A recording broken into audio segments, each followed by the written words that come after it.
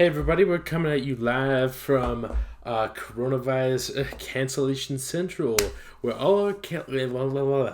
back, where all our classes have been canceled due to the coronavirus. So we're getting to watch things up here on the U of the Tubes. Anyway, as we can see here, I'm doing a lovely presentation on the strange love child of Inigo Montoya and Indiana Jones, the famous Spanish. There's the word I'm looking. Archaeologist. Man, my brain is fried. It's 6 a.m. I've had this thing blue screen on me twice for some reason, which is weird because normally my computer is pretty stable. But the moment you need to do something important, everything just goes up in flames. But unfortunately, I wasn't able to find an appropriate soundtrack to accompany us today because this is going on my personal YouTube channel, not my professional YouTube channel, but my personal one that I use for watching YouTube and stuff. So I don't really want to use the Indiana Jones theme and get copyright struck. But jokes aside, we are going to be going over the actual Inigo Jones. I don't have cojones so big that I'm willing to fail the class over doing an entire presentation and reports on the strange love child of Inigo Montoya and Indiana Jones. Sorry to disappoint. But anyway, on to the presentation. Inigo Jones, theater architect, stage and costume designer. Also architect in general, but this is a theater history class, so we don't care. In his early life, Inigo Jones was born to a much poorer family as the son of a London cloth worker who was actually Welsh. And this cloth worker, he lived there for a while.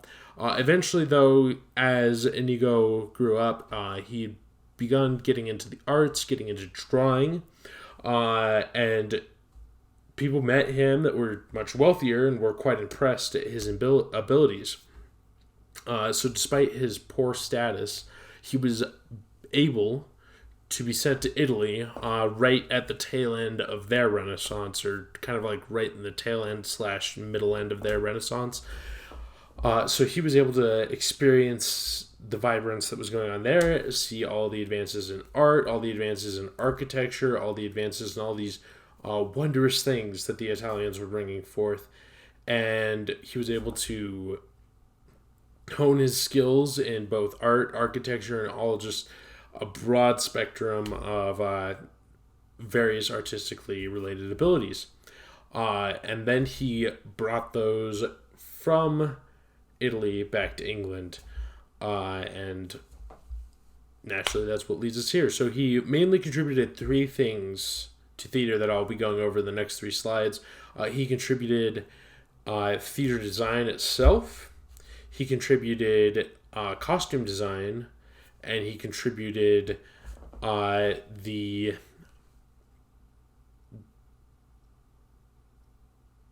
come on, brain. I know we're still working. He contributed a 3rd thing, which I'm sure I'll remember as we go through the slides. So yes, he was a theater architect. First mention. Oh, that's right. He stage design. That's the next slide. Sorry. Anyway, theater architect. The first mention of Inigo Jones on our book, and I'm sad because I had to go back to a previous version of the slideshow because of the various crashes, and I lost the picture. But he would actually convert cockpits into theaters, which we think cockpits like plane cockpits and that kind of stuff. Nope. In medieval times, that meant cockfighting rings. So he took the rings that, bloody, brutal predecessor to Pokemon battles would go on in and turned them into theaters. So hey, if you're ever wondering why maybe your theater's not theatery enough, just have 2 chickens fight to the death and I'm sure you'll figure it out. Don't do that. Disclaimer, we don't want animal cruelty activists and stuff. Since I'm putting this online now, I have to leave that disclaimer. No cockfighting, please, for the love of all that is good and holy.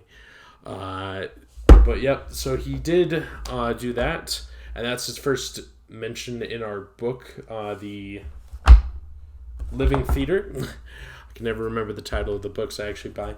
But he brought the proscenium arch to England as well, as part of theater design, which was definitely a step forward from what the English probably had been doing at that point. A lot more morality plays and that kind of style of play, a lot more out in the open. Probably some of the temporary kind of more carts that the Italians had that we have gone over in class, but very much a jump forward for the English here. And on top of that, one thing that's always kind of interesting to think of is that he brought the raised stage to England. Before Inigo, there really wasn't like raised stages as a standard, whereas nowadays we look at it and raised stages are the standard in like everything: fashion shows, regular theater shows, just America's Got Talent, anything. So talent shows, spelling bees, all of it is that raised stage with the proscenium arch sort of style. But before Inigo, that was not the standard. So it's definitely interesting to think like that. Nowadays we're almost on the reverse, where we're so used to the proscenium arch, we just look at it and like, oh yeah, it's a theater. But there was a time, and I think we've kind of learned that from this class, that you walked into a theater and it was just this big open place. And nowadays, like, I think I've been to one theater, and that's Hale Center Theater down in Layton. No, I think they're closer to Draper, like South Jordan area. I could be wrong. I just remember going there and I saw Tale of Two Cities. But yep, it's interesting to think that, you know, what we now view as the standard used to just be nothing, and it had to be brought to our culture, being descendants of the English culture, through this man. The big thing that, you know, really got Inigo going was his painting. So naturally, he became a very good stage designer. He brought one of the big things he brought back to England was perspective painting. Up until this point, a lot of the styles in English theater was very flat, very unrealistic paintings. But Inigo helped bring this idea of perspective in this painting. As we can see in the example below, it's very detailed and shows just this amazing kind of scenescape that is, even by today's standards, very very dedicated in his craft, and very dedicated in giving that perspective to his theater design. He also brought back a lot of the machines that the Italians were using to change scenery, and helped invent and innovate that way to move scenery, so that he was able to, you know, move scenery on and off stage quicker. He was able to do all those things that allowed for this change in scenery. He used, of course, in addition to his perspective paintings, he would use the stacked scenery that the Italians were using. So you had layers of scenery going back, creating even more perspective on top of your background, creating perspective. And then, of course, the standard in theater, which none of us probably thought, well, actually, maybe some of you theater majors probably thought, but I certainly, as a CS major, never thought was a standard thing in theater since the Greek times. The old flying machines and the various contraptions and all that in the background of the stage and set design. Another big thing, and this is actually one of the ways that Inigo initially got into the theater scene rather than the architecture scene that he's more famous for. He got into the theater scene a lot because when he came back to England, he was asked to design the costumes for a play known as The Mask of Darkness, or just Mask. I've seen some sources state it. Our book says it's The Mask of Darkness. I've seen it online when I've been doing research as just The Mask. But either way, here's an example of some of the costumes he would have designed below. he met the play's director slash writer, Ben Jonson, and while it did start Inigo's theater career, it almost like once again, like he did in his early life, he defied the odds because Ben and Inigo were just rivals from day one. They hated each other. But the issue is, despite being that much poor upkeep or that much poor upbringing, Inigo was actually a much better orator than Ben Jonson was. And this actually led to Inigo embarrassing Ben Jonson in court at one point, and Ben Jonson actually lost his position in that court because of Inigo. But just from pretty much from what I've read, day one, Inigo and Jonson just hated each other. But because they were some of the best in their craft, Inigo being the best in theater and stage and costume design in England, and Ben Jonson being some of the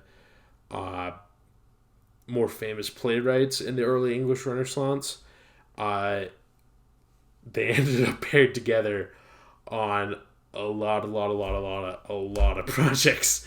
So now theater drama, along with theater, has a tale as far back as theater itself.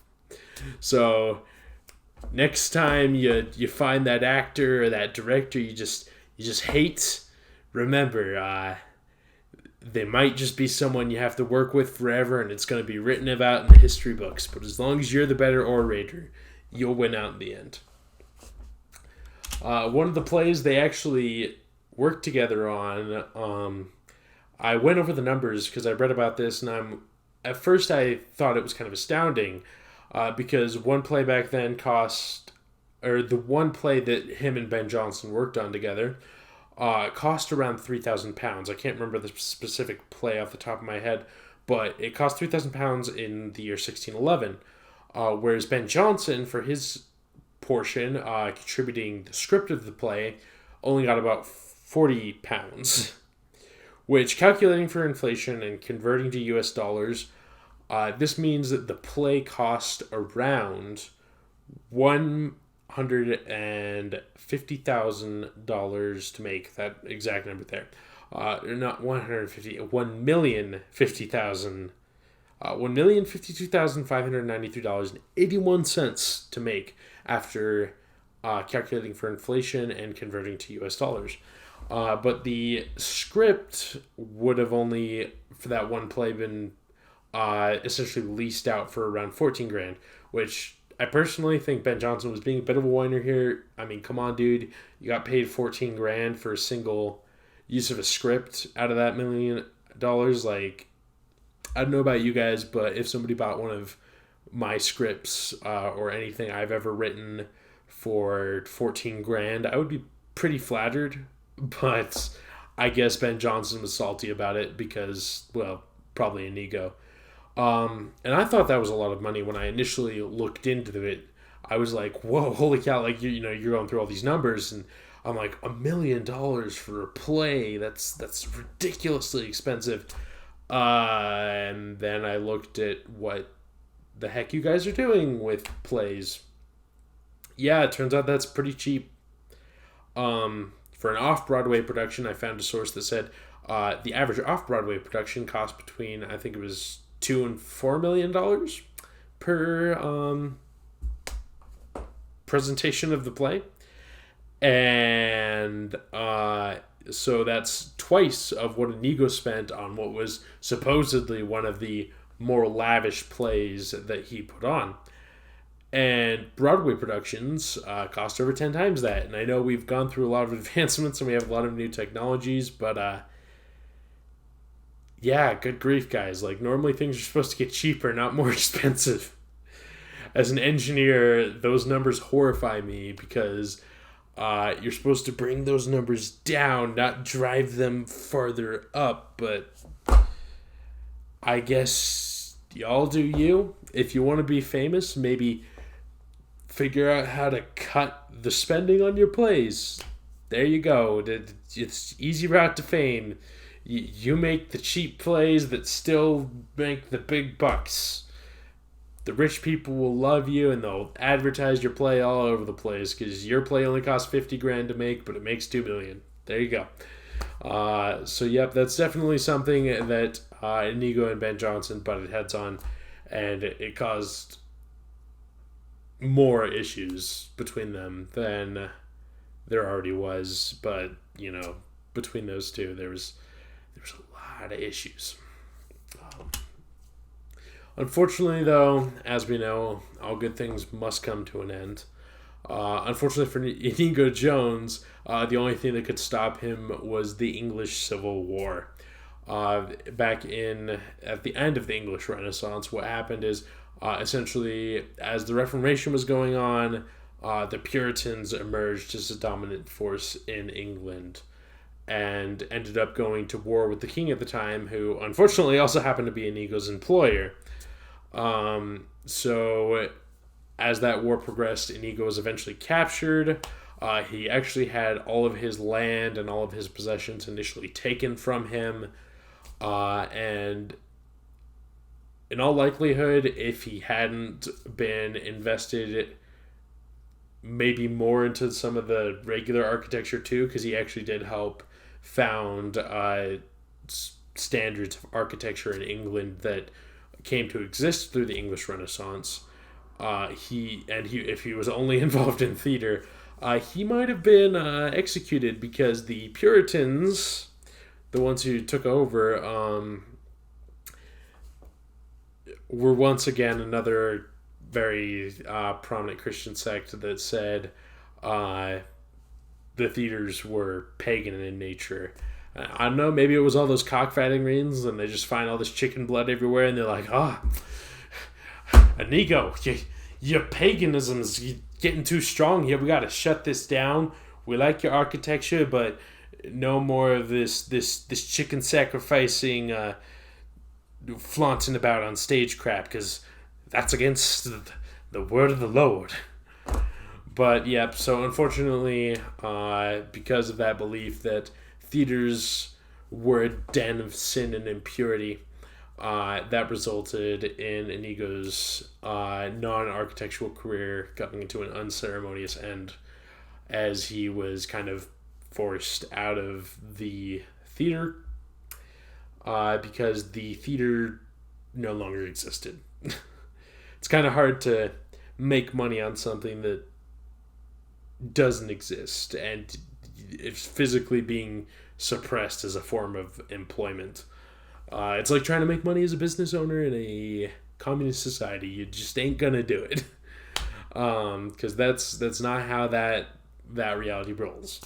But yep, unfortunately, his career came to an end. Fortunately, he did survive, and they ended up not executing him, and he was able to continue his career on as an architect and provide to the Western world and the Western civilization that way. But he had a very brief period in the limelight, and he contributed a lot to theater, but it all came to an end. So these are my sources cited. As you can see, I have a lot of various strange ones in there because of my need to calculate the inflation and do all that. And of course, the book for the class. I actually have it right here. I haven't really been able to read it because I've been trying to focus on the camera, but just for reference, I have all that right there. And yeah, it's unfortunate that these things happen, that we see a lot in history, that people like this, he lived his life, he overcame a lot of adversity that many of us would not have normally had to overcome in our lives. He was poor,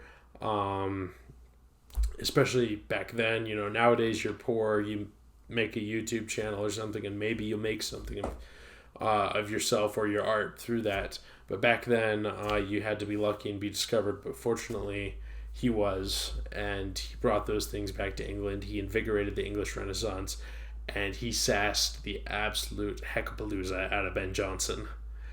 thank you for watching my presentation. I hope that this will suffice, and in the meantime, good luck, y'all, with the coronavirus issue, and stay safe out there.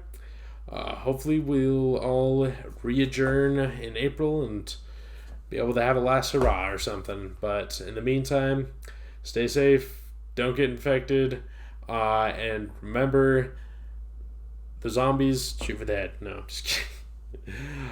See you guys.